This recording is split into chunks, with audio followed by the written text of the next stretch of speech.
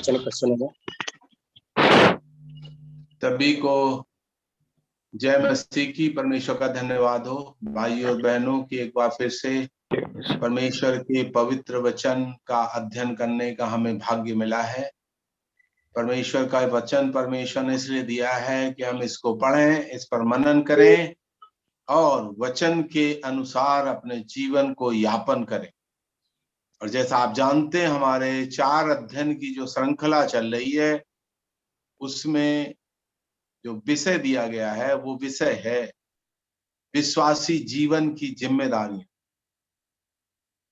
विश्वास में आने के बाद हमारा बहुत जिम्मेदारी का जीवन होता है। जिम्मेदारी का जीवन तो सब जगह है, जहां आप सेवा करते हैं, नौकरी करते हैं या आप व्यापार करते हैं, सब जिम्मेदारी से करना पड़ता है। गैर जिम्मेदारी से कोई काम नहीं होता।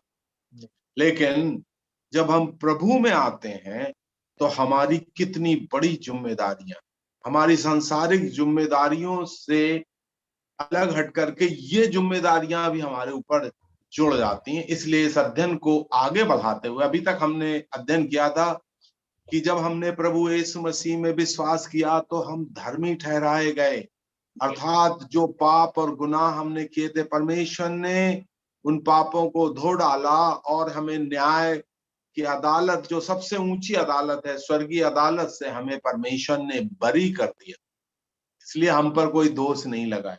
ये हमारा बड़ा भाग्य। हमने कई विषय देखे थे, परमेश्वर और मनुष्य का मेल रोमियो की किताब में, धार्मिकता का करार, धार्मिकता की आवश्यकता, धार्मिकता के सिद्धांत और धर्मियों अर्थात विश्वासियों का भाग्य और धर्मियों की जीवनचर्या और संघर्ष, और अंतिम में जो 12 अध्याय के बाद में जो 16 अध्याय तक चलता है वो है धर्मियों का आचरण। मैंने पहले आपको बताया था बाइबल में कुछ भी उच्चारण के लिए नहीं। कई लोग सोचते हैं कुछ उच्चारण कर दिया बस हो गया, बहुत बड़ा फल मिलेगा। बाइबल में हर एक चीज आचरण के लिए। रोमियो की किताब में 1 अध्याय से 11 अध्याय तक ये बात बताई गई है कि परमेश्वर ने आपके लिए क्या किया, और 12 अध्याय से अगर आप आगे पढ़ेंगे तो उसमें पता चलता हमें क्या करना, अर्थात हमारी क्या जिम्मेदारी। तो उसी अध्ययन में हमने पढ़ा था किस प्रकार से हमें वचन को जब भी हम परमेश्वर की उपस्थिति बैठे ध्यान से सुने, लापरवाही से नहीं। यहाँ बैठे हुए मन कहीं और है, हृदय में उतारे। जो सुनते हैं उसको बैठा ले, सुन करके अनसुना ना करें। जो सुन करके अनसुना कर देता है उसका प्रभु ने क्या कहा है, जिसने अपना घर रेत पर बनाया और बारिश आई, बाढ़ हुई और हवा चली और घर गिर गया, कोई फायदा नहीं। वो व्यर्थ परिश्रम है, समय की बर्बादी है। अगर हम वचन को सुन करके अपने हृदय में नहीं उतारते और उसे दिन प्रतिदिन जीवन में प्रदर्शित नहीं करते। और चौथी चीज जो मैंने आपको बताई थी वो हमें वचन को दूसरों को भी बांटना। और मैंने ये बात आपको बताई थी, कई लोग बोलते हैं जी आप बाइबल को बस आपने विश्वास किया ना अपने तक रखो, क्यों हमें क्यों बता रहे हो, दूसरों को मत बताओ। मैंने आपको बताया, शायद आपको याद हो, मैं अक्सर इसका जवाब इस प्रकार से देता था। जब लोग कहते हैं कि जी आप प्रभु में चले गए, ईसा मसीह में, तो आप अपने तक सीमित रखो, क्यों दूसरों को बता रहे। तो मैं उनसे ऐसा कहता, सपोज किसी को कोई ऐसा असाध्य रोग लगा हुआ है जिसका कोई इलाज नहीं है, लेकिन अगर उस व्यक्ति को उस असाध्य रोग का इलाज मिल जाता है तो क्या सबको नहीं बताया। हमको वो पाप का असाध्य रोग लगा था जिससे शरीर ही नहीं हमारी आत्मा भी नाश होकर के नरक में जाने वाली थी। उस रोग की दवा हमें प्रभु यीशु मसीह में मिली। इसलिए हम सबको बताते, तेरे द्वार को छोड़ यीशु जाऊं किधर, कहीं पाप के रोग की दवा ही नहीं। बाकी मर्ज की दवा मिल भी सकती, पाप के रोग की दवा यीशु मसीह के लहू में है। प्रभु यीशु मसीह का लहू मात्र है जो हमारे पापों से हमें शुद्ध करता, और कोई ऐसी चीज नहीं। तो यहाँ पर है हमारी जिम्मेदारियां। आज हम फिर से रोमियो का 12 अध्याय 1 से 3 वचन तक पढ़ेंगे। रोमियो का 12 अध्याय 1 से लेकर 3 वचन। हे भाइयों, मैं तुमसे परमेश्वर की दया का स्मरण कर यह अनुरोध करता हूं कि अपने शरीरों को जीवित, पवित्र और परमेश्वर को पसंद आने वाली भेंट जैसा चढ़ाओ, यही तुम्हारी आत्मिक सेवा है। इस संसार के सदृश्य ना बनो, परंतु तुम्हारी बुद्धि के नए हो जाने से तुम्हारा चाल चलन भी बदलता जाए, जिससे तुम परमेश्वर की भली तथा मन भावती और सिद्ध इच्छा को अनुभव से मालूम करते रहो। तो यहाँ पर कुछ शब्द जो मेरे मन में बैठे हैं, मैं उनको बांटना चाहता हूं, और वो शब्द है दया, स्मरण, अनुरोध और समर्पण, चढ़ाना। जब वेदी में कोई चढ़ाई आती तो समर्पित कर दिया। तो यहाँ पर कुछ शब्द हैं, दया, स्मरण, अनुरोध, समर्पण। तो हम इन शब्दों पर कुछ ध्यान करेंगे, लेकिन हमें ये, मैं आपको बताते चलूं, जब आप विश्वासी बन गए तो आपको एक उत्तम विश्वासी बनना और एक उत्तम नागरिक भी, बहुत जिम्मेदार, कोई गलत काम नहीं। जब लोग हम पर दोष लगाते हैं तो हम यही कहें, हम लोग हैं जो पहले उठ करके प्रार्थना में पौलुस ने क्या सिखाया, अपने नेतृत्व में रहने वाले अपने शासकों के लिए, अधिकारियों के लिए प्रार्थना करो।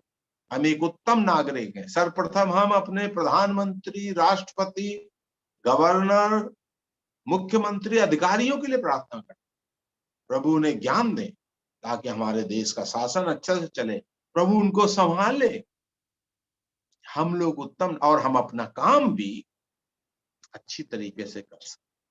मैं आप लोगों को सबको यही बात बताना चाहता हूँ, जब मैं भारतीय नौसेना में था तो मेरा उद्देश्य रहता था ऑफिस में कम से कम आधा घंटे पहले पहुंचूं, समय पर नहीं, समय से पहले।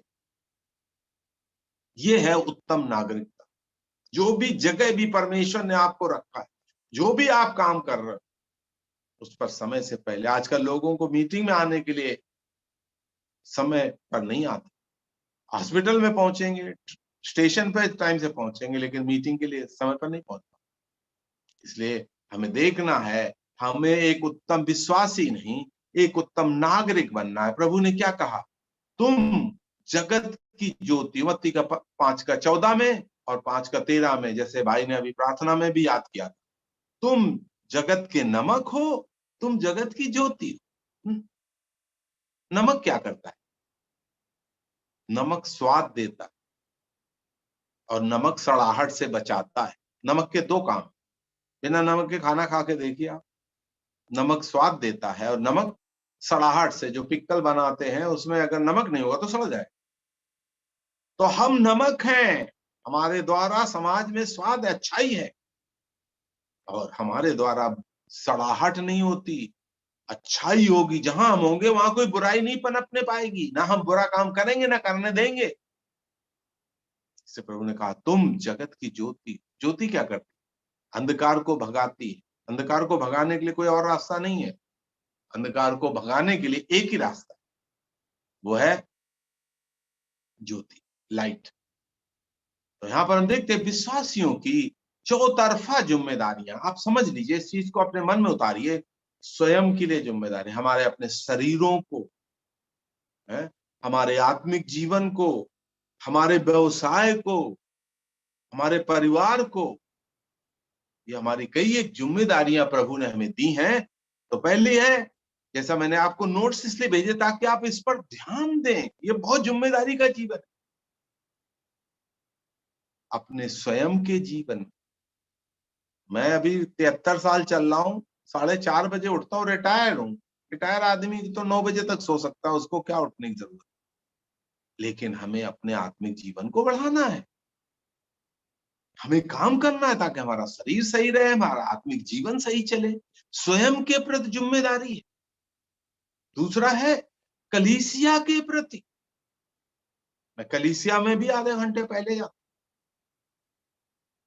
समय से जाएं, वहां क्या करना है साफ समय। पर कलीसिया में कोई जिम्मेदारी है, वचन सुनाना है, ये काम नहीं है। कलीसिया में बहुत सारे काम होते हैं। किस भाई के लिए हम क्या कर सकते हैं, कलीसिया के लिए। तीसरा है सताने वालों के लिए। बहुत से लोग बहुत कुछ आपके खिलाफ में बोलेंगे, परेशान करेंगे, उनके लिए हमें क्या करना है, सब इसमें 12 अध्याय से आगे आप पूरा पढ़ सकते। हमें उनके लिए प्रार्थना करना है, उनको आशीष देना, उनका भलाई करना है। हम उनका बुरा नहीं करना। वो हमारा बुरा करेंगे लेकिन हम ऐसा नहीं कर सकते। हमारे प्रभु ने ऐसा हमें नहीं सिखाया है। चौथा है शासकों के प्रति, जैसे मैंने आपको बताया, उत्तम नागरिक, टैक्स की चोरी नहीं। जहां भी आप काम करते हैं समय से पहले ईमानदारी से सारे काम को आपको निभाना है। पौलुस यहां पर क्या कहते हैं? परमेश्वर की दया, दया का स्मरण दिलाते हैं। इसका मतलब क्या हुआ? दया का मतलब है जो हमें, जिसके हम काबिल नहीं थे, वो हमें मिल, जो आपका उद्धार हुआ भाई और बहनों, वो परमेश्वर की दया से हुआ है। हम उद्धार के योग्य नहीं है, चाहे आप जितने पढ़े लिखे हों, चाहे जितने अच्छे होंगे, लेकिन प्रभु का वचन क्या कहता है? तुम्हारे अच्छे काम चितड़े कपड़ों के समान है। पर इसलिए हम हमेशा ध्यान रखें, परमेश्वर की दया, इस चीज को हम भूल ना जाएं। स्मरण दिला करके, क्या परमेश्वर ने हमें दंड देना चाहिए था, लेकिन दंड ना दे करके हमें उद्धार दिया है। इसलिए कहता है परमेश्वर की दया को तुम भूल ना जाना। हमें स्मरण रखना है, भूलना नहीं। होता क्या है असल में? आप देखिए, प्रभु यीशु मसीह ने क्यों प्रभु भोज स्थापित किया? क्या कहा? मेरे स्मरण में यही किया करो। क्योंकि ऐसी बहुत सी समय है जहां कि हम प्रभु को भूल जाते, इसलिए स्मरण करना। देखिए ऐसा है, क्योंकि हमारा स्वभाव पापी स्वभाव है, तो हमें जो याद रखना चाहिए उसको हम भूल जाते हैं, और जो भूल जाना चाहिए उसे हम याद रखते हैं। इसलिए यहां पर पौलुस क्या कहते हैं? परमेश्वर की दया को तुम्हें स्मरण रखना है। और ये कैसी दया है? उसकी दया सदा की है। ये बहुत इंपॉर्टेंट, भजन 118 का एक वचन पढ़िए। भजन 118 का एक वचन आप पढ़ें। भजन 118 का एक। प्रभु का धन्यवाद करो, या यहोवा का धन्यवाद करो, क्योंकि वो भला है और उसकी करुणा या दया कितने दिन के लिए? सदा की है। अर्थात उसकी दया हमारे जीवन में सदा चलती रहेगी। दाऊद क्या कहते हैं? भलाई और करुणा सदैव मेरे साथ बनी रहेगी। हम पर ही नहीं, पीढ़ी दर पीढ़ी परमेश्वर की दया हम पर बनी रहे। आपके ऊपर, आपकी संतानों के ऊपर, उनके संतानों को। समझिएगा, शायद आज आपको लोग गाली देते होंगे कि आप मसीह में आ, लेकिन आपकी संतानें और उनकी संतानें आपको धन्यवाद कहेंगी कि हमारे बाबा थे जिन्होंने प्रभु यीशु मसीह को ग्रहण किया और हमें सच्चे रास्ते में चलने के लिए उत्साहित किया। आज हम आशीषित हैं। मैं चाहता हूं आप मेरे साथ व्यवस्था विवरण का 8 अध्याय निकालें, जहां पर कि मूसा परमेश्वर की दया के बारे में इस्राएलियों को याद दिलाता। व्यवस्था विवरण का 8 अध्याय आप निकालें, और उसमें से मैं कुछ आयतें आपके सामने रखना चाहता हूं। एक्चुअली ये पूरा अध्याय स्मरण का अध्याय है। इस अध्याय में अगर आप देखेंगे तो स्मरण शब्द 2 बार, भूल न जाना 3 बार, और सावधानी से स्मरण करना 2 बार आया। ये स्मरण है। एक्चुअली व्यवस्था विवरण का अर्थ यही है, रेपिटिशन। जो 4 किताबों में लिखा उसको दोबारा से समझा रहा है ताकि हम भूल ना जाए। मैं कुछ आयतें आपको 1 से लेके 5 तक हम पढ़ेंगे। व्यवस्था विवरण उसका 1 अध्याय 8 अध्याय 1 से लेके 5 वचन। व्यवस्था विवरण 8 अध्याय 1 से लेके 5 वचन।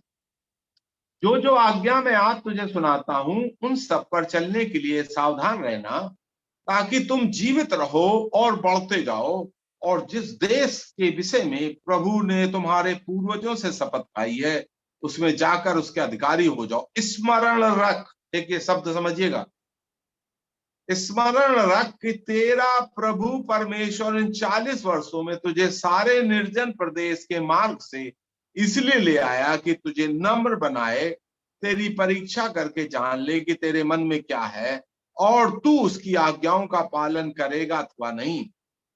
उसने तुझको नम्र बनाया, भूखा भी होने दिया, फिर वो मन्ना जिसे तू और ना तेरे पूर्वज जानते थे वही तुझको खिलाया, ताकि वो तुझको सिखाए कि मनुष्य रोटी से नहीं जीवित रहता, परंतु जो वचन प्रभु के मुंह से निकलते हैं उन्हीं से जीवित रहता। इसलिए इन 40 वर्षों में तेरे वस्त्र पुराने ना हुए और तेरे तन से भी नहीं गिरे और तेरे पांव नहीं फूले। फिर अपने मन में ये तो विचार कर कि जैसा कोई अपने बेटे को ताड़ना देता वैसा भी प्रभु भी तुझे ताड़ना देता। यहां पर हम देखते हैं मूसा जो है कुछ स्मरण करने के लिए इजरायलियों से कहता है, क्या आपको स्मरण करना है? कौन तुझे निकाल ले आया? तू स्मरण रख कि तेरा प्रभु परमेश्वर 40 वर्ष तुझे निर्जल प्रदेश में मार्ग से लेकर के आया है। समझिएगा, कौन लेकर के, किसको स्मरण करना, किसको स्मरण करना? मैंने नोट्स में भी ये चीज लिखी है। कौन सा व्यक्ति तुम्हें लेके आया? मूसा नहीं लेके आया, परमेश्वर तुम्हें लेकर आया। आज हमें कौन चला रहा है? आज जो हम जीवित हैं, जो हमारी जरूरतों को पूरा कर रहा है वो परमेश्वर। तो पहली बात वो स्मरण करने में क्या कहता है? तू उस व्यक्ति को स्मरण करना, अर्थात अपने परमेश्वर को स्मरण रखना। तेरा प्रभु उन 40 वर्षों में एक दिन दो दिन नहीं, यहाँ बहुत सारी चीजें हैं, लेकर के आया। उस व्यक्ति को स्मरण करना। कैसे मार्ग में चलाया? निर्जन मार्ग में। कभी आप चले हो जहां पे पगडंडी भी नहीं है? सड़क तो छोड़ो, है वो बैल की लीक तो छोड़ो, बैलगाड़ी, पगडंडी भी नहीं है। कभी आप ऐसे मार्ग में चले हो रेगिस्तान में? वहां पे कोई रास्ता नहीं होता, क्योंकि वहां जब हवा चलती है जहां से लोग चलते हैं वो भी पूरा उड़ करके वो पूरा भर जाता है। परमेश्वर ऐसे रास्ते से लेकर के गया जो बिल्कुल निर्जन था, मतलब वहां कोई रहता नहीं था। बियावान बोलते हैं या जिसको जंगल बोलते हैं। हमने देखा वहां पर क्या था? पेड़ भी नहीं थे भाइयों और बहनों, पानी भी नहीं था, राशन की दुकान भी नहीं थी, कुछ नहीं था, निर्जन, वहां कोई रहता नहीं था। 64,000 किलोमीटर का ये एरिया, सिनाई डेजर्ट जिसको बोलते हैं, सिनाई का रेगिस्तान, इजराइल और इजिप्ट में है। इजिप्ट में अभी ये पड़ता है, इजराइल और इजिप्ट के बॉर्डर। वहां पर परमेश्वर ने इनको चलाया रेगिस्तान में। अब कौन है? वहां पानी की बड़ी समस्या होती है, बहुत गर्म होता है, रात में बहुत सर्दी भी होती है, दोनों होता है। तो तुम्हें कौन लेके आया? कैसे मार्ग में प्रभु हमें चला रहा है। मैं उस मार्ग में 48 साल से चल रहा हूं, प्रभु के मार्ग, क्योंकि प्रभु उनके आगे आगे था। अगर आप उसको पढ़े, प्रभु उनके आगे आगे, जब जहां भी वो डेरा डालते थे, जब तक बादल नहीं उठता था वो वहीं पर रहते थे, वहां से हिलते नहीं। तो कौन लेकर के आया? परमेश्वर लेके आया। कैसे रास्ते में लेके आया? जो निर्जन था, लेकिन जहां कोई जन नहीं रहता था, लेकिन वहां पर कौन था? परमेश्वर। और इसी में पौलुस क्या कहता है? अगर परमेश्वर हमारे साथ है तो और हमें क्या चाहिए? हमारा विरोध में कौन हो सकता? कई बार हम डर जाते हैं। परमेश्वर हमारे साथ है। जिस दिन हमने विश्वास किया, परमेश्वर पिता और पुत्र दोनों निवास करने के लिए हमारे हृदय में आ गए, यूहन्ना की किताब में लिखा हुआ। तो परमेश्वर लेके आया और निर्जन प्रदेश से लेकर के गया। क्या उद्देश्य था? ताकि वो तुझे नम्र बनाए। बहुत महत्वपूर्ण ये गुण है विश्वासी। बहुत से विश्वासियों को हम देखते हैं बहुत घमंडी होते हैं, ये शैतानी गुण। मैं कभी कभी सोचता हूं, मैं किस चीज का घमंड कर सकता हूं, क्योंकि सब कुछ तो उसी का दिया। आज जो कुछ भी हूं, पौलुस क्या कहते हैं, मैं परमेश्वर के अनुग्रह से हूं। पौलुस के पास बहुत सारी योग्यताएं थी, लेकिन क्या कहता है, मैं उसको कूड़ा करकट समझता, ताकि तुझे नम्र बनाए। बहुत महत्वपूर्ण चीज है नम्रता। प्रभु यीशु मसीह से नम्रता सीखनी। प्रभु ने क्या कहा, मेरा जुआ अपने ऊपर लो, क्योंकि मैं अपने मन में दीन और नम्र। कितना नम्र हुआ, 7 कदम विनम्रता के नीचे। फिलिपियों के 2 अध्याय में हम पढ़ते हैं, और 7 कदम उसके उत्थान के ऊपर, उसके आदर के लिए। अगर वो नीचे गया तो परमेश्वर उतना आदर। अगर आप नम्र होंगे, परमेश्वर आपको उठाएगा। चिंता न करिए, चिंता न करिए। आप नम्रता से, ताकि तुझे नम्र करे। हर एक विश्वासी को नम्र होना चाहिए। भजन 22 में हम क्या पढ़ते हैं, भजन 22 में पढ़ते हैं, मैं कोई मनुष्य नहीं, मैं एक कीड़ा हूं, अर्थात मैं एक केचुआ हूं। केचुए को अगर आप छुएंगे तो एक छोटा हो जाता है। जब लोग आपको परेशान करें, हाँ भैया मैं ऐसे ही हूँ, छोटा आदमी। लेकिन अगर सांप को छुओगे तो क्या होगा, यूं आए काटने, नहीं, मैं एक केचुआ, ताकि तुझे नम्र करे। आगे क्या लिखा हुआ है, कैसा भोजन खिलाया तुझे रोटी। 3 वचन में क्या लिखा हुआ है,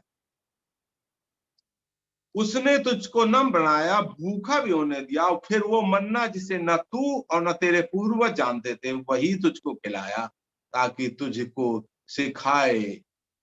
क्या खिलाया, मन्ना। अगर आप, जितने नोबेल प्राइज मिले हैं, जितनी मतलब विज्ञान की खोजें हुई, साइंटिफिक इन्वेंशंस, अगर आप देखें, ज्यादातर यहूदी लोगों ने की है। तो जब मैं सोचता हूँ यार, ये यहूदी तो बहुत थोड़े से लोग हैं, इतनी सारी खोजें कैसे इन्होंने कर दी। उसका उत्तर क्या है, इनके बाप दादों ने मन्ना खाया था, वो खाना खाया था जो किसी और नस्ल के लोगों को भाग्य नहीं मिला। इसलिए उनको जो ज्ञान है, ऐसा ज्ञान किसी को नहीं। परमेश्वर के चुने हुए लोग। तुमको कौन सा, जो भोजन ऊपर से गिरता था, आप समझिएगा, वो रेगिस्तान जगह थी, वहां पर एक घास भी नहीं होती। अगर आप कभी उस प्रदेश में जाएंगे तो आप देखेंगे वहां पेड़ भी नहीं, क्योंकि पेड़ के लिए पानी चाहिए, जब पानी नहीं तो पेड़ कैसे हो। और उसने तुम्हें मन्ना के 40 वर्ष भोजन ऊपर से गिरता। कोई राशन की दुकान नहीं थी, कोई कपड़े की दुकान नहीं थी, कोई अस्पताल नहीं था, लेकिन परमेश्वर उनके साथ। और हम क्या पढ़ते हैं, चट्टान से पानी पे लाया। कुरिन्थियों की किताब में हम पढ़ते हैं, वो चट्टान जो उनके पीछे पीछे चलती थी, वो मसीह था। कौन सी चट्टान, चट्टान कभी पीछे चलती है? चट्टान जहां होती है वो फिक्स होती है, कभी चल नहीं सकती। लेकिन हमारा प्रभु ऐसा है जो अपने लोगों के साथ साथ चलता। 40 वर्ष उस रेगिस्तान में पानी पिलाया परमेश्वर। लाखों लोग थे, कोई अस्पताल नहीं था। बड़े अद्भुत चीज, बड़ी अद्भुत चीज है। जब मैं सोचता हूं कैसे संभाला 40 वर्ष तक। क्या हुआ, 4 आयत में पढ़ते हैं, तेरे वस्त्र पुराने नहीं हुए, तेरे तन से नहीं गिरे, पांव भी नहीं। किसी के पास ऐसी कमीज है तो 10 साल से वही कमीज पहन रहा है, साल 2 साल ज्यादा से ज्यादा।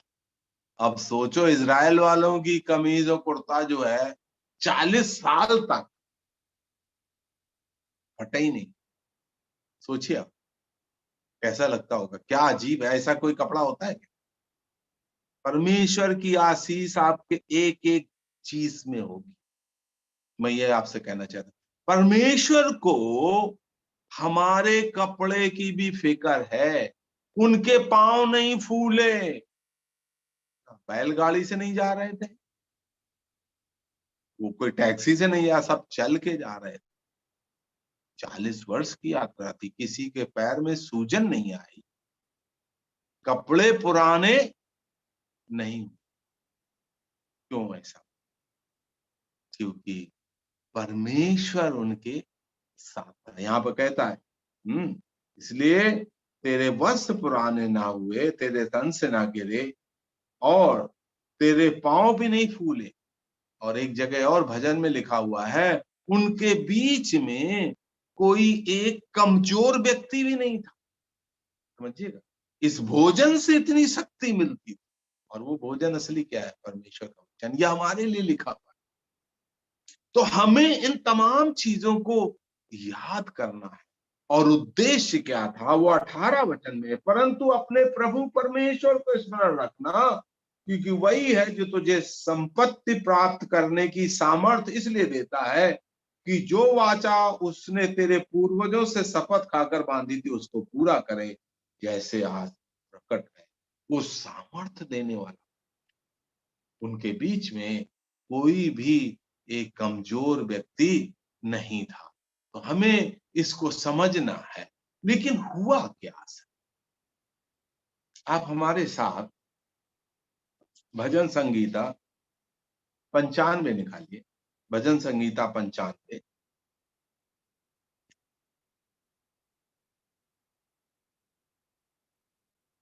उसका 8, 9 और 10 वचन। भजन अपना संगीता अपना 95, हृदय कठोर मत करो। 8, 9 और 10। जब तुम्हारे अपना अपना हृदय ऐसा कठोर मत करो जैसा मरीबा में या मस्सा के दिन जंगल में हुआ था, जब तुम्हारे पुरखाओं ने मुझे परखा, उन्होंने मुझको जांचा और मेरे कामों को देखा। 40 वर्ष तक मैं उस पीढ़ी के लोगों से रूठा रहा और मैंने कहा, ये तो भरमाने वाले मन के हैं, इन्होंने मेरे मार्गों को नहीं जाना। इस कारण मैंने क्रोध में आकर शपथ खाई कि वे मेरे विश्राम स्थान में कभी प्रवेश न करने पाएंगे। भजन 106 का 13 वचन भी मैं आपके सामने पढ़ना चाहता हूँ। भजन 106 और उसका 13 वचन, इसमें यह लिखा हुआ है, परंतु झट उसके कामों को भूल गए। स्मरण रखना चाहिए। भजन 106 का 13, परंतु झट उसके कामों को भूल गए और उसकी युक्ति के लिए ना याद किया, ना इंतजार किया। देखिए, 40 वर्ष तक मैं इस पीढ़ी के लोगों से रूठा रहा। बात आपको समझ में आ रही है? आपने ये वचन पढ़ा, 40 वर्ष तक इस पीढ़ी के लोगों से मैं रूठा रहा, लेकिन लोग सुधरे नहीं। क्यों? इनको पता ही नहीं चला परमेश्वर मुझसे प्रसन्न है या अप्रसन्न। ये जानना आपके लिए भी बहुत जरूरी। डेली आपको ये देखना है, प्रभु क्या आप मेरे जीवन से प्रसन्न हैं? इनको पता नहीं चला कि परमेश्वर रूठा हुआ है। समझो आपकी पत्नी रूठ गई एक दिन, तो क्या होगा? फिर रोटी नहीं बनेगी, आपको पता चल जाएगा। घर की साफ सफाई नहीं होगी। यहां पे क्या हुआ? रोटी बराबर मिल रही। परमेश्वर रूठा हुआ था, 40 वर्ष तक खाना खिला रहा था। इसलिए ये सोचे, चलो भैया सब तो ठीक है, परमेश्वर खुश। इसलिए ये ना समझना कि मेरा सब कुछ अच्छा है तो परमेश्वर मेरे से बहुत प्रसन्न है। ऐसा नहीं। हमें अपने आप को परमेश्वर की उपस्थिति में बैठ करके जांचना। हे प्रभु तू मुझे जांच, मेरे मन के विचारों को, मुख के शब्दों को तू मुझे जांच। क्या आप ऐसा समय लगाते हैं प्रार्थना के पहले या प्रार्थना के बाद? क्या प्रभु आप मुझसे प्रसन्न? मैं इसको जब पढ़ता हूं तो मुझे बहुत चैलेंज होता है कि 40 वर्ष तक प्रभु उनसे रूठा रहा और इन लोगों को पता ही नहीं चला। अंत में क्या हुआ? ये भरमाने वाले लोग हैं, इन्होंने मेरे मार्गों को पहचाने। देखिए प्रभु क्या क्या कर रहा था, लेकिन इनका मन क्या हो रहा था?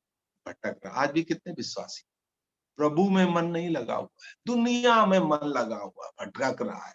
जैसे टाइम मिला मोबाइल दबाया।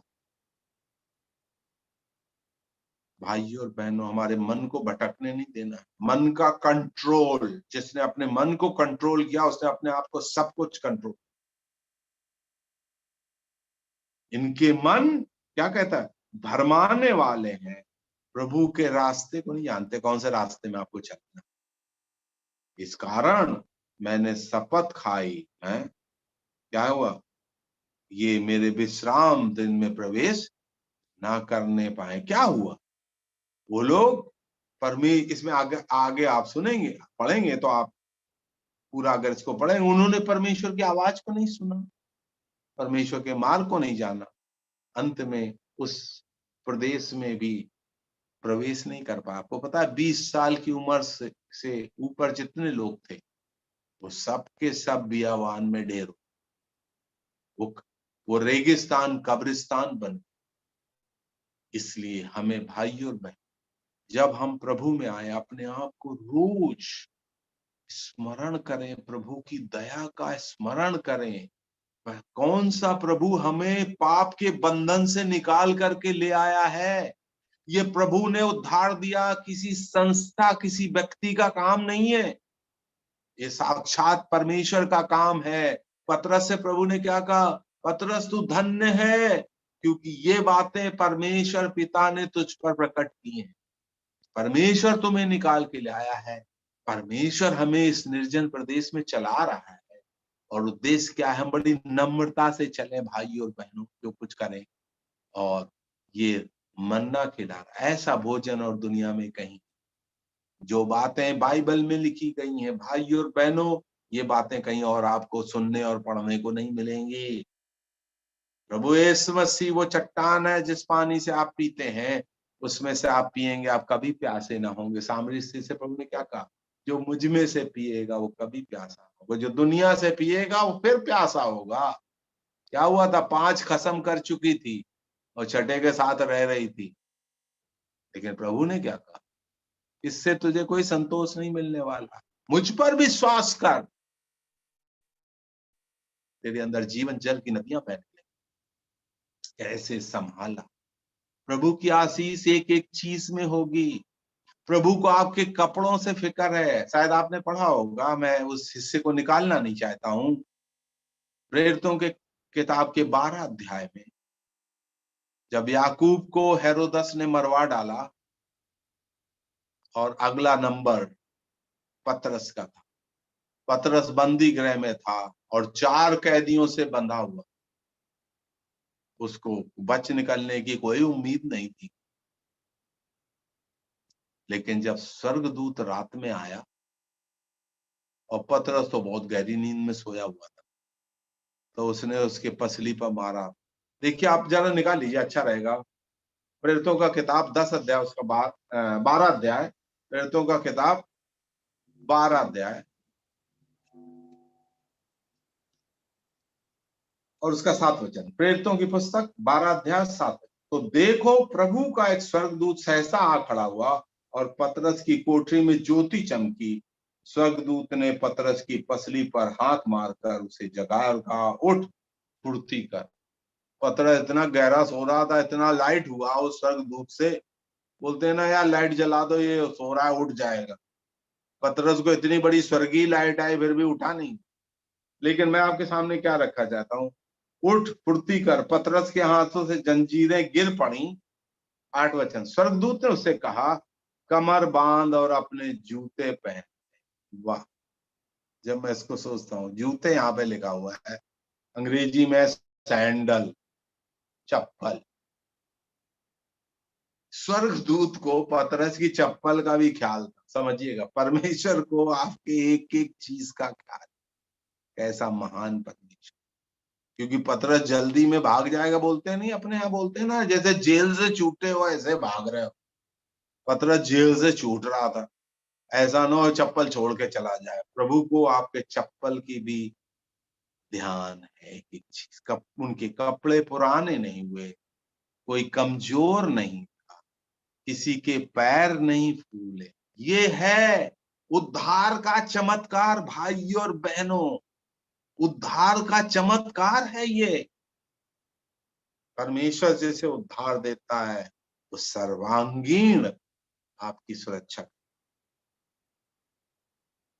ताकि इज़राइल एक मजबूत राष्ट्र बन जाए। फिर यहाँ पर पौलुस, मैं चाहता हूं कि आप इसके 12 अध्याय में आ जाएं, रोमियो की पुस्तक उसका 12 अध्याय। हे भाइयों, मैं तुमसे परमेश्वर की दया का स्मरण कर अनुरोध करता हूं, अपने शरीरों को जीवित, पवित्र और परमेश्वर को पसंद आने वाली भेंट चढ़ाओ। जब भेंट चढ़ाते थे, समझिएगा, तो जो वेदी होती थी वो भेंट लेकर के जाता था उधर डाल, मतलब वो भेंट जब तक उसके पास थी तो उसकी थी, और जब उसने वहां डाल दी वेदी पर तो परमेश्वर की, समझिए, फिर वो उसकी नहीं रही। समझिए, एक चीज बहुत इंपॉर्टेंट है। बड़ी वेदी होती थी पुराने नियम में जिसमें जानवर चढ़ाए जाते थे, तो वो वेदी में जो भेंट चढ़ाई जाती थी, जब वेदी में पहुंच गई तो परमेश्वर की होती। जब तक आपके हाथ में थी वो भेंट आपकी थी, इसलिए वो समर्पित। अपने को परमेश्वर के लिए समर्पण करो। समर्पण एक सदाकालीन प्रक्रिया है, एक सर्वोच्च प्रक्रिया है, अपने आप को हैंड ओवर कर। या ऐसा मैं समझता हूं, अपने यहाँ जब लोग गाय भैंस खरीदने जाते हैं, जब सौदा हो जाता है तो क्या करते हैं, उसका गिरवा रस्सी, भैया वो मालिक को पकड़, अब ये हमारी भैंसिया नहीं रही, ये प्रभु की। वो समर्पित हो गई उसको, क्योंकि उसने कीमत चुकाई। प्रभु ने हमारे लिए, हमारे उद्धार के लिए कीमत चुकाई है, सोना चांदी नहीं। वो अपने पवित्र इकलौते पुत्र, पवित्र पुत्र का खून, जो सबसे महंगी चीज इस दुनिया में है, प्रभु यीशु मसीह के खून से हमें खरीदा गया है। इसे समझिएगा, बहुत बड़ी कीमत। इसलिए हमें क्या करना, अपने आप को चढ़ा देना, समर्पण कर देना। अपने आप को हमें क्या करना, परमेश्वर को समर्पण। इसलिए पौलुस क्या कहते, समर्पण करो।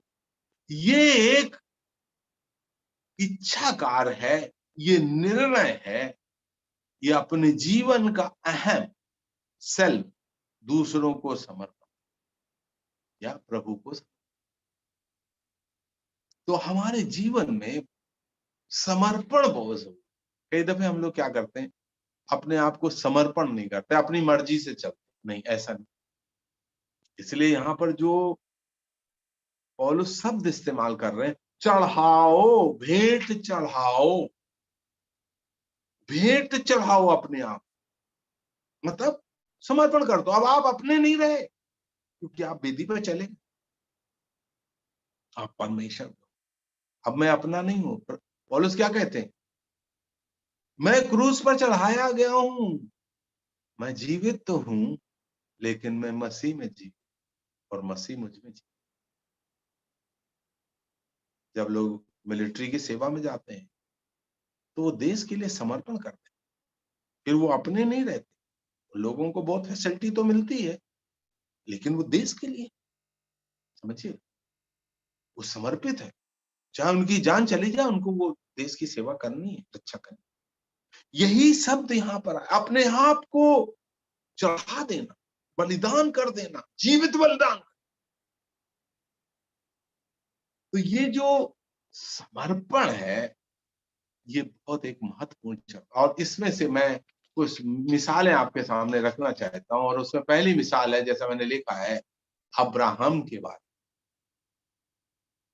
जब अब्राहम को परमेश्वर ने चुना तो क्या कहा, तू, उत्पत्ति का 12 अध्याय निकालिए, उत्पत्ति का 12 अध्याय, ताकि आपके मन में कुछ चीजें आ जाए। मैं चाहता हूं, प्रभु ने या यहोवा ने अब्राहम से कहा, अपने देश, अपनी जन्मभूमि और पिता के घर को छोड़कर उस देश को चला जा, वो जो मैं तुझे दिखाऊंगा।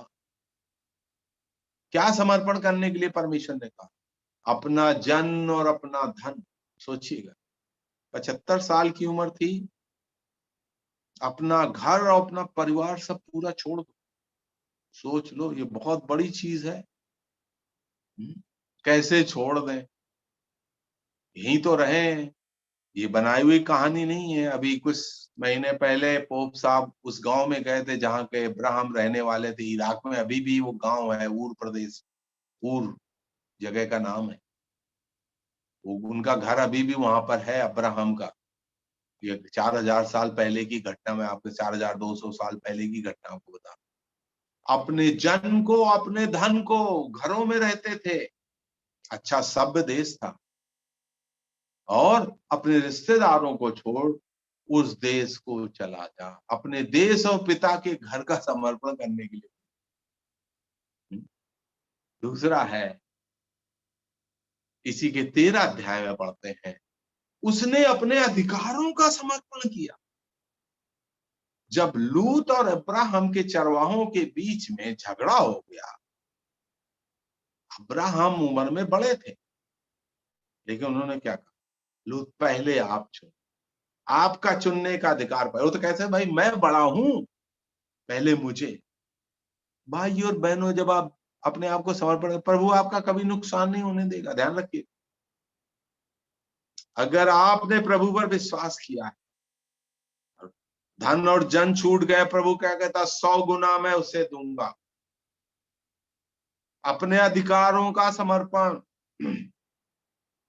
अब्राहम का अधिकार था कि जो अच्छी जमीन है उसको वो चुने, और जो बाकी है वो लूत ले ले। लेकिन अब्राहम ने क्या, नहीं, जो पहले तुम चुनो, जो बाकी बच जाएगा वो मैं।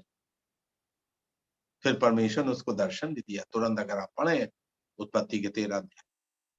तो ये समर्पण भाई और बहनों बहुत जरूरी है। कई दफे परिवार के दबाव में, रिश्तेदारों के दबाव में, धन दौलत के दबाव में, आप जानते हैं एक आदमी दौड़ करके आया था प्रभु के चरणों में, प्रणाम भी किया, लेकिन वो धन को नहीं छोड़ना चाहता था। हम क्या पढ़ते हैं, वो दुखी होकर के चला गया। देखिए, दौड़ करके आया, अनंत जीवन पाना चाहता, लेकिन प्रभु की आज्ञा नहीं मानना चाहता। तुझे स्वर्ग में धन मिलेगा, दे दे गरीबों। ये क्या, वैसे भी छूट जाएगा। कितना तुम संभालो, तुम धन को नहीं छोड़ोगे, धन तुम्हें छोड़ देगा, तुम तो चले जाओगे। कितने करोड़पति लोग चले गए, उनका धन यहीं पर रखा हुआ। तो हम क्या देखते हैं, अब्राहम ने अपने जन और धन का समर्पण किया। और 13 अध्याय में हम पढ़ते हैं, उसने अपने अधिकारों का समर्पण। ठीक है भैया, मैं छोटा हूं, तुम बड़े हो, तुम चुनो, जो बचेगा वो मैं ले। प्रभु आपको कभी कमी नहीं होने देगा। मैं अपने 48 साल का अनुभव, भाई और बहनों जो मेरी आवाज सुन रहे हो, प्रभु के नाम से अगर आप अपने अधिकारों का समर्पण करेंगे, प्रभु आपके साथ। इच्छाओं और भावनाओं का समर्पण वो बहुत बड़ी चीज है। इच्छाओं और भावनाओं, कई लोगों की बहुत इच्छा होती है फिर सिनेमा देखने की, अच्छा अच्छा भोजन, घूमने फिरने की, ये सब हमें समझ। हम 21 अध्याय में क्या पढ़, हाजरा से जो इस्माइल पैदा हुआ, उससे अब्राहम को बहुत लगाव था। और जब समय आया, परमेश्वर ने कहा इसको लगा दो, निकाल दो। आप निकालिए मेरे साथ 21 अध्याय का 10 और 11 वचन, उत्पत्ति का 21, 10 और 11 वचन मैं आपके सामने पढ़ना चाहता हूँ। इस कारण अब्राहम ने कहा, इस दासी के पुत्र को पुत्र सहित बाहर निकाल दे, क्योंकि दासी को पुत्र इसहाक के साथ भागी ना होगा। ये परमेश्वर कह रहे हैं। यह बात अब्राहम को अपने पुत्र के कारण बहुत बुरी लगी। तब परमेश्वर ने अब्राहम से कहा, उस लड़के और उस दासी के कारण तुझे बुरा ना लगे, जो बात सारा ने तुझसे कही उसे मान। ये बात उसे, अब्राहम को बहुत बुरी लगी, क्योंकि अभी जो है वो करीब समझिएगा 17 करीब 15 15 टीन ईयर्स में था। 15 साल जो बच्चा आपके साथ रहा है, कैसे आप उसको निकाल करके जंगल में भेज सकते? यहाँ पे लिखा हो बुरी लगी, अंग्रेजी में है ग्रीवियस, ओ दिल तोड़ने वाली बात थी। लेकिन परमेश्वर ने क्या, ये बात बुरी ना, कई चीजों से दिल टूटे। भाई और बहनों, लोग सिनेमा देखते हैं, क्यों समय बर्बाद करते हो, क्यों पैसा बर्बाद, क्यों दिमाग खराब करते हो? अपनी इच्छाओं और भावनाओं का। और फिर अब्राहम ने उसको निकाल, क्योंकि परमेश्वर ने उससे कहा। पर अब्राहम हमारे कौन है? विश्वास के पिता। अब्राहम हमारे आत्मिक पिता है, और यहूदियों के वो क्या बोलते हैं, बायोलॉजिकल है या जीव विज्ञान जिसको कहते हैं, वो जैविक पिता है, हमारे आत्मिक पिता है, समझिए। वो उनके खानदान से पैदा हुए हैं यहूदी लोग, और हम उनके आत्मिक जो विश्वास है उससे पैदा हुए। तो यहाँ पर है, उसने अपनी भावनाओं का, अर्थात हाजरा और इस्माइल का फल है। कई दफे कोई कोई चीज हमें शायद पसंद ना आए, लेकिन परमेश्वर चाहता है कि आप उनको छोड़। उन्होंने 22 अध्याय में हम पढ़ते हैं, अपना सब कुछ समझ। परमेश्वर ने कहा तो इसहाक को मोरिया पहाड़ पर तू बलि चढ़ा, या होम बलि जो रात चढ़ा। वहां पर क्या पढ़ते हैं, अब्राहम ने चढ़ाया उसको। हालांकि चढ़ाया नहीं था, लेकिन इब्रानियों की किताब में हम पढ़ते हैं, उसने उसे चढ़ाया। अपने मन में ठान लिया था कि मैं इसको चढ़ा दूंगा। हालांकि उसके द्वारा परमेश्वर की सारी प्रतिज्ञाएं पूरी होने वाली थी। इसलिए परमेश्वर की आवाज सुन, 2 बार स्वर्गदूत ने उसको बुलाया। क्या आप निकालिए मेरे साथ,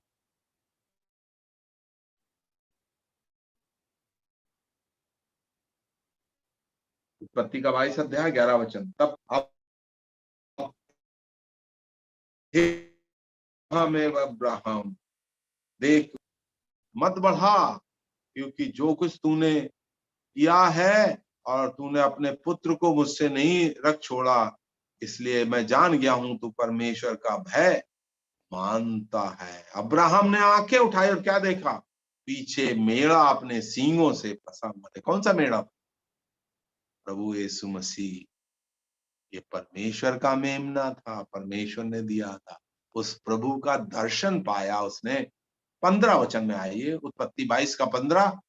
प्रभु के दूत ने दूसरी बार स्वर से अब्राहम को पुकार के कहा, प्रभु की यह वाणी है कि मैं शपथ खाता हूं, जो तूने ये काम किया है, अपने पुत्र और अपने पुत्र को भी नहीं रख छोड़ा, इस कारण मैं निश्चय तुझे आशीष।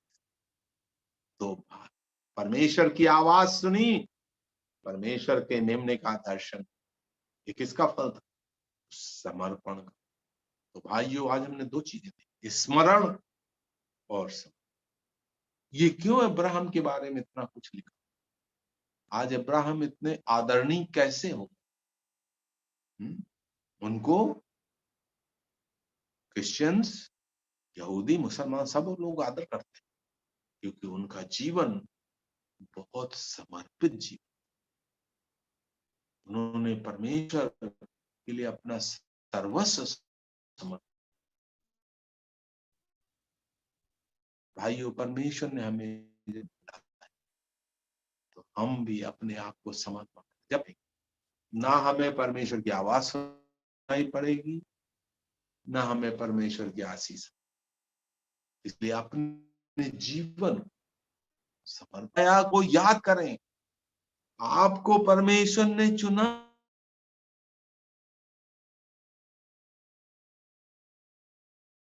या नहीं, ऊपर बहुत परमेश्वर बच्चे में रहा हूं।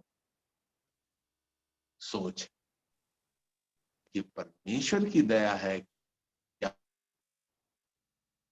तो परमेश्वर ने अपने घर की ओर मोड़ा, अपने जीवन को परमेश्वर की। अब्राहम की मिसाल 2 बार स्वर्ग ने क्या कहा, मैं अपनी ही शपथ खा करके कहता। क्या आप सोच सकते हैं परमेश्वर को शपथ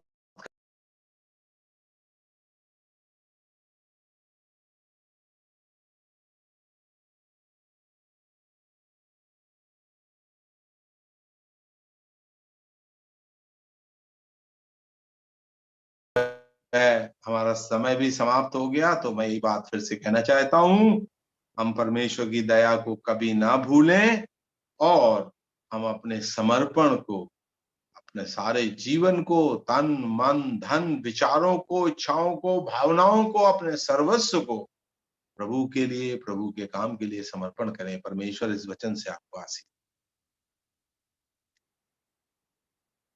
आमीन।